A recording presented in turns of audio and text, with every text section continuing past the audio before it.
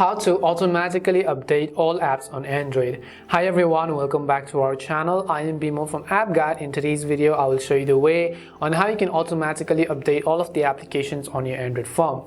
But before we get started with the video, if you are new to our channel, do make sure to leave a like, hit that subscribe button, and without any further ado, let's get started with today's video. So, if you want to update your applications but then you search for them on the Play Store manually and then you go through each app and try to update them, it is simply a very long and time-consuming process for you. So in order to update all your applications automatically, it is very simple. All you have to do is you have to simply go ahead and then launch the Play Store application.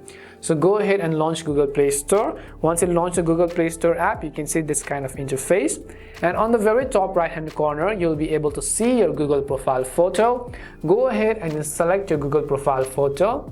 And on the list of all these options, go to the option which is Manage Apps and Devices over here.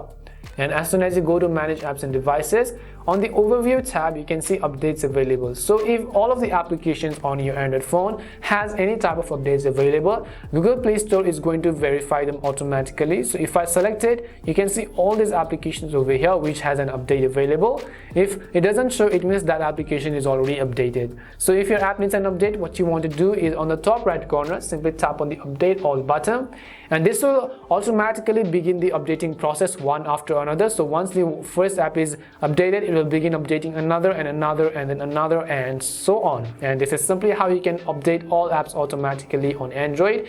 We hope the video was really helpful. If it did help you, make sure to leave a like and subscribe to the channel. If you have any more questions, queries or doubts, simply also make sure to leave them down below.